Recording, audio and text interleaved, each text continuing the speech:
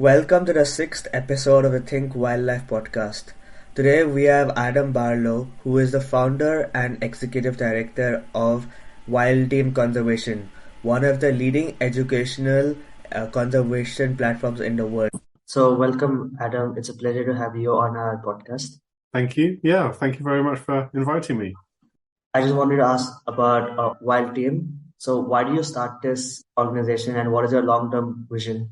Well, before we started this organization, what led to the starting up WildTeam was I was studying tigers in first Nepal and Bangladesh. And in Bangladesh, we started working on trying to change things for tigers, trying to save tigers. And so I worked there for about 10 years.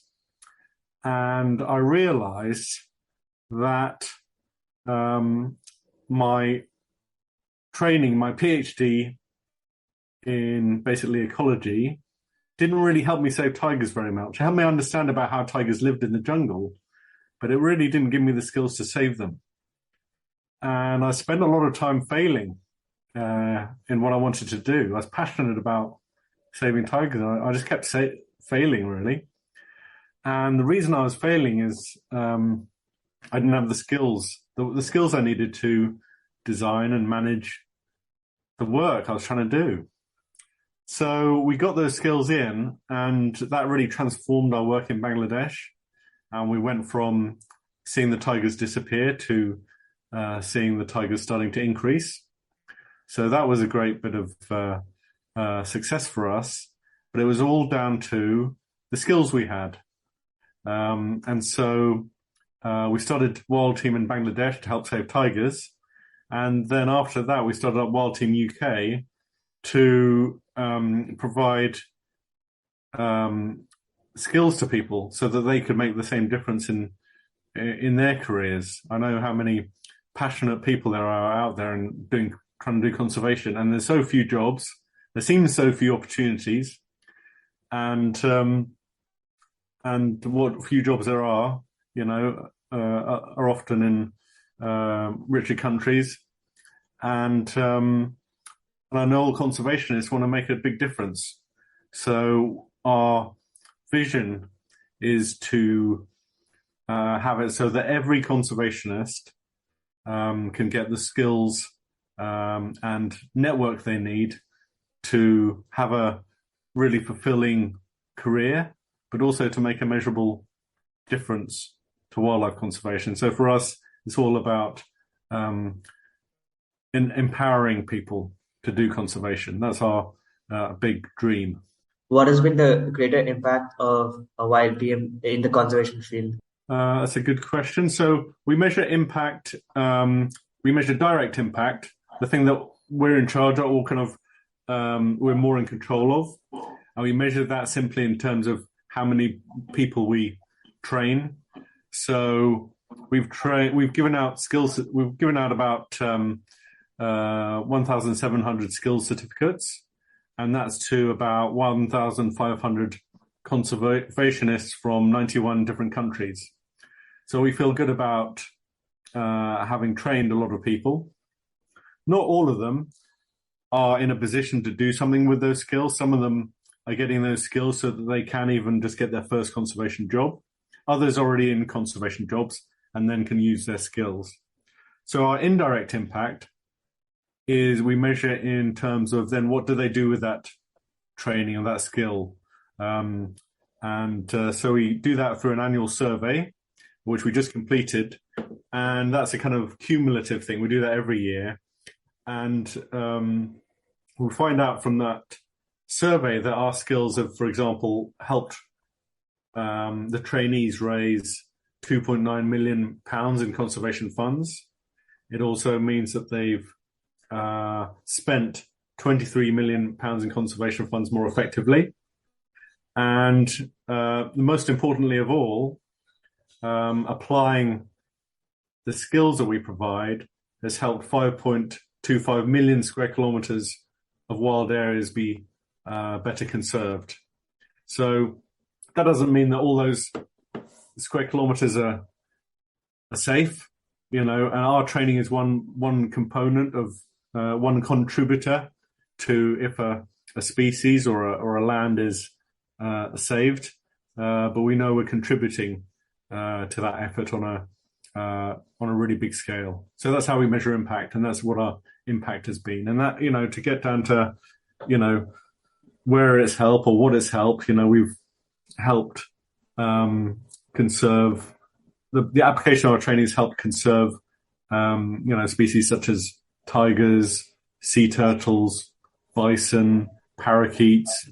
It's helped everywhere from Yellowstone to lots of national parks in different places in Africa, in Nigeria, in Kenya, Uganda. So that's how we look at impact, and that's what our impact's been. What's the main target audience of WildTeam? Are people entering a conservation field or people already in the field? Yeah, both of those, because we just see it as part of the same kind of. It's conservationists, but at different stages in their career. So we support both of those, and we train people in the same skills, whether they're a student, whether they're after university they're seeking a job, or they've got a job in university. All of those people. So we've trained, everyone from CEOs to someone with a degree in zoology. Everyone really. What is WildTeam doing to become more accessible for those who face various barriers? Yeah, that's a great question. It's something I'm working on right now. So what we're working on, and that's our passion, is to make it accessible. It's not really any use to us if we just train a few people. So we're now looking to raise funds to cover the costs of full bursaries for people that want to take our courses but can't, and then have a simple application process so people can access those. At the moment, take a course with us, it costs about, let's say, £200, and that's not very much for what the course provides. But for someone who hasn't got £20, that's a huge cost. It's impossible. So we don't want it so that our training is just accessible to the people with £200 spare to spend up. We also know that people are coming out of university with debts, and we also know that everyone we survey is basically interested in our training. So yeah, it's up to us to raise funds to cover those full bursaries, and we want to do that on a really big scale. Because if we do it on a smaller scale, we're not really having a great effect on conservation. But if we could do a big scale, let's, for example, say, give out, at least 100 bursaries per country, to start off with, then we're starting to scale up capacity. And what I'm really excited about in that respect, and I don't know about what you feel about this, Anish, is that at the moment, from my perspective, conservation is in the hands of just a few people, really. There's lots of conservationists here and there, and lots of people striving, but all the resources are in the hands of a few organisations that are doing their best. And they're normally situated in the West, in the States, or in Europe or something. And there's some brilliant ones emerging as well in places like India, but there's a real disparity, and that means because where all that conservation technical expertise and where all the funds get channeled through, that means that there's very few opportunities. Also, all the opportunities are also there. So if I'm someone in let's say Tanzania and I want to be a conservationist, I've got far fewer chances and opportunities than someone in the UK. So that's not right, is it? It's not that it's just not right. It's that it doesn't make any sense. It doesn't help conservation. So conservation can't combat the challenges that it needs to combat with our current effort. Our current effort is too small. It's too concentrated in a few people's hands, and it's not innovating fast enough. We need 10, 100 times more people as professional conservationists doing work that is appropriate for their the situation that they're dealing with wherever they're from. So we need to build real national capacity in conservation, and with that capacity, that means that conservation funds will be more equally distributed, and job opportunities will be more equally distributed, and who is in charge of setting, international and national agendas in conservation is more equally distributed, and it's more inclusive. So it's not just in a kind of a geographic sense, it's also even within a geography. For some people, it's really easy or easier to get into conservation, depending on your background. How much, as you know yourself, or will soon find out, conservation doesn't pay very much, and it's really hard to get into. And so you have to make a lot of sacrifices, and you can only make those sacrifices if you've got some personal wealth, or you can stomach those sacrifices, or you're lucky enough to get a scholarship or something. But if you can't get a scholarship, then it's all about, well, okay, I need 6 months of experience. What do I do? How do I get that? Well, okay, I'll go out and volunteer for 6 months. Not everyone can afford to volunteer for 6 months. Only people that can afford to can do it. And it's not just a case of motivation. It's a case like, either I do volunteering and my family starves, or I don't, I get another job. And now I don't have any volunteering experience. I don't have any connections. I'm still motivated, but I just can't start saving wildlife. So we want to overcome all those kind of barriers to make conservation accessible, so that anyone motivated and capable can have a really wonderful career, and also just make a difference. All the training we provide is all focused about how to make impact, how to achieve impact, how to measure it, how to organize your team to achieve it. And we've designed them from learning how to do that in the field.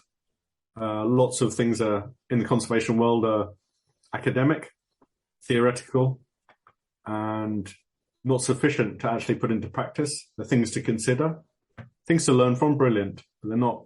We provide a practical framework about how to do things, and that's really a big difference between our training and just learning about a subject through journal papers. Yeah, that would be my answer to that. I think you had a good point, because in India, conservation was really concentrated with a few people, but in the last few years it's changing. There's been a lot of CSR funds, a lot of scholarships to people, and indigenous people get into conservation. So I can say maybe in the last 4 or 5 years it's starting to change a bit. There's a lot more funding. So my next question is that most people assume that to be a conservationist you have to be a biologist, but there's a lot more skills. As you said, there's a lot more required to actually conserve animals, other than just being an ecologist or a biologist. What would be your advice to people starting a conservation career? What skills should they be focusing on? Yeah, I think for sure you don't have to be a biologist to be a conservationist.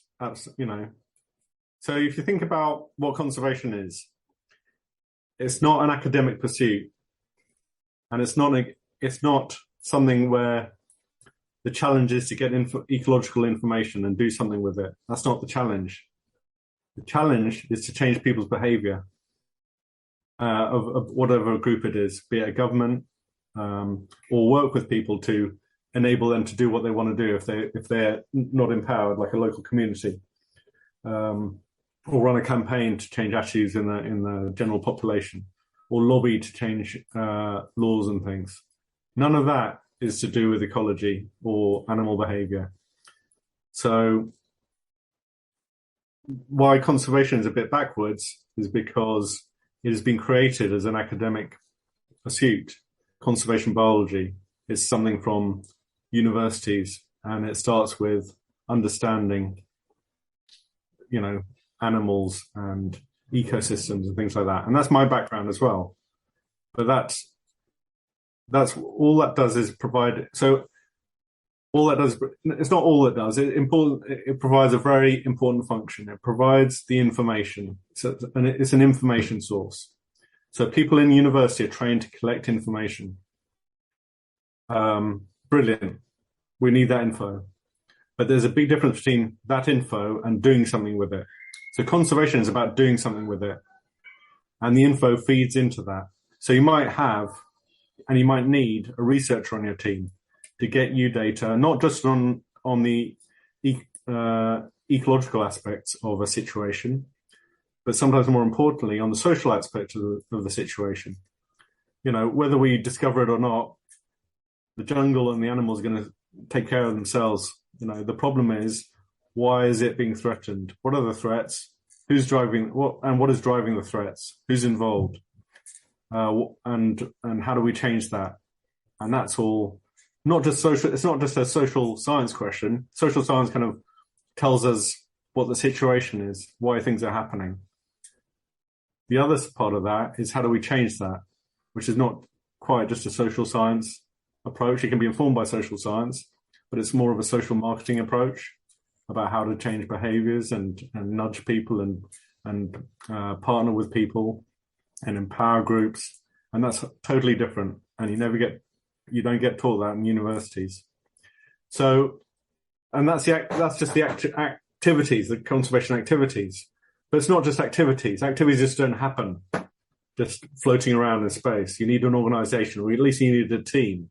You need a team with a vision and a mission and probably a website and a bank account and some funds and people to hire people, people to manage people, and people to report on to donors, to stakeholders, to communicate. And so the skills are how to create an organization, how to run an organization, including all the operational skills, all the finance skills, all the HR skills, all the comms skills, all of that stuff. Then it's about how to deliver conservation. So all the ops is set up. Now you got the funds, now you got the org, everything. Now to how to deliver it. And that's how to manage things, how to plan and manage and report on your conservation work. And that's a management skill. It's nothing to do with ecology.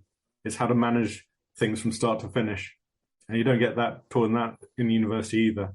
So conservation needs conservation organization leaders. We need people in HR. We need people in finance. We need managers. Then underneath those managers, you need technical experts to either do some research, either in ecology or social research, and then you need a lot of other levels of workers that are carrying out the work that your organization does, which might be quite specialist, like lobbying, or might be training rangers, or it might be empowering communities, working directly with the communities. So there's so many different skill sets involved, and ecological research is an important one, but actually it's a bit of a minor one when it comes to carrying out conservation. That is a very good point. So amongst all your courses, which has been the most popular and why? The most popular one is the project management for wildlife conservation. Why? It's for aspiring conservationists. Every job asks for project management skills or some kind of experience. No one has it. And they can try and say, well, I ran my research project. I ran my research project. That's not really project management. And you look the same as everyone else. So people take the project management course to make them stand out above other job applicants. And then for the conservation professionals, they're already working in a job. Then every day they are running. That's how you do conservation, running projects. Every one of them is running projects, and you either do it really well or you do it really badly. So their incentive is to improve on how they do things. Because when you do well, the project management stuff, it makes things work really smoothly, and you get things done on time or better than expected. And when it's done badly, it kind of sucks up all your time and things go really bad. So that's why that one is the most popular. So are there any new courses being made right now? Yes, we are making 5 new leadership courses. One of them we've got advertised at the moment, but the other 4 will come in the next couple of years. And that's all about developing, for individuals to develop their leadership qualities. It's not about being in a positional sense, the top of an organization. It's nothing to do with that. It's about, the whole thing about leadership is how to motivate others under a shared vision. So you can apply leadership qualities towards your boss to help motivate them in a certain direction. You can do it sideways to a teammate. You can do it to someone you manage. You can apply it to a stakeholder. And so each leadership training course covers a different theme. Like the first one we're doing is all about learning. It's about leading yourself. It's about being understanding how to set yourself up so that you're continually learning and aware of your own effects on others, and being and by recognizing that, having this feedback loop where you can always think, oh, I didn't do that very well, and how to improve on that. So that's the kind of foundation for the other leadership courses as well. Other things we're looking into that I'm particularly passionate about is community-based conservation, because I think everyone, lots of conservation projects, they interact with communities, but often it's tokenism, and often it's like they kind of quite patronizing in a way. It's kind of like, oh, well, let's do some alternative livelihoods, or, they're poor, let's give them some, something or other and they'll be all right. And meanwhile, we'll ask them not to do some destructive behavior. And that really points to a lack of understanding about how to work with communities. Community-based conservation is about really understanding what the communities aspire to do and what their relationship is with the biodiversity that you're interested in saving. You're coming in, you don't know about this community, you're not part of them. You're passionate about saving, let's say, gibbons or something in a national park. And it doesn't appear on the surface that the communities are, because they're doing some weird stuff, like maybe they're chopping down trees or whatever. So you think, oh, they're poor, they're chopping down trees for fuel wood, let's get them some fuel wood stoves or something, and then they won't need to do that anymore. And that, from that starting point, you haven't really understood at all what communities, and also you assume that they don't care about that jungle and those gibbons, and you're probably very wrong. So community-based conservation is really about not only understanding more fully about the community's aspirations and its relationships to other groups and the biodiversity on which it probably depends, but it's also about being led by them, about handing over control, about what you want to do in your way. Say, well, okay, you feel this way, so how should we do this? What do you want to do? And involving them from the word go in the planning and then the delivery of the conservation work. And it's a totally different way of doing conservation. And there's actually no, amazingly, that we can find. There might be the odd bit at university, but where it's mentioned, that you might read a paper on community-based conservation, have a chat about it, but we can't find any real focused training on it or best practice on it, amazingly. So that's the next topic also we're going to focus on. I think based conservation is a very big thing, especially because in a country like India, where there's 300 million people living in or around forests, the communities have to be involved properly for conservation to succeed, because we have increasing tigers, increasing leopards, elephant populations, but 300 million people who actually want to live a better life. So that's a very important skill, I'll say, in the coming future. My final question for you is, what has been your greatest learning experience from WildTeam? My greatest learning. My greatest learning is that if you do something positive, if you empower people to do something that you think is important, or that you and they think is important, and you're kind of empowering them to do what they want to do rather than just what you want to do, you're not trying to, then amazing things will happen. And by empowering, I mean not just providing them with kind of skills or funds or equipment, that kind of thing, It's about enabling them to take ownership of what they want to do. So, for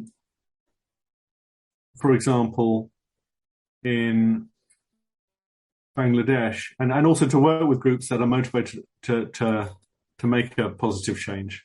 So in Bangladesh, for example, you're mentioning about, increasing tigers and leopards, and of course you get conflict with that. And we thought, well, okay, we can't solve this problem. And then it seemed like the villagers just hated tigers. When they came into the village, they just beat them to death with farm implements. So it seems like, okay, why are they doing that? So we spent a lot of time talking to the communities, work out why. And it came out that it wasn't that they hated the tigers. Actually, they really loved the tigers. They saw them as the guardians of the forest. But why they were killing them was because there was a cultural thing about being brave, about if a tiger's in your village and you're a man and you're sitting at home and you're not doing something about it, that was your one point in time to say, I'm going to save this village, and this was your only way of doing it. And so we thought, well, we worked with villagers to come up with an alternative, because they did want to save the tigers. They did want to save their village. So we just helped them have a different way of expressing those wishes that they wanted to do. And so we trained up, in one place that had a lot of tiger problems, we trained up a team. We turned up and we said, we can train you in how to protect your village from tigers while not killing them, if you like. And if you don't want to, that's all right. No problem. It wasn't an enforced thing. And they had a chat.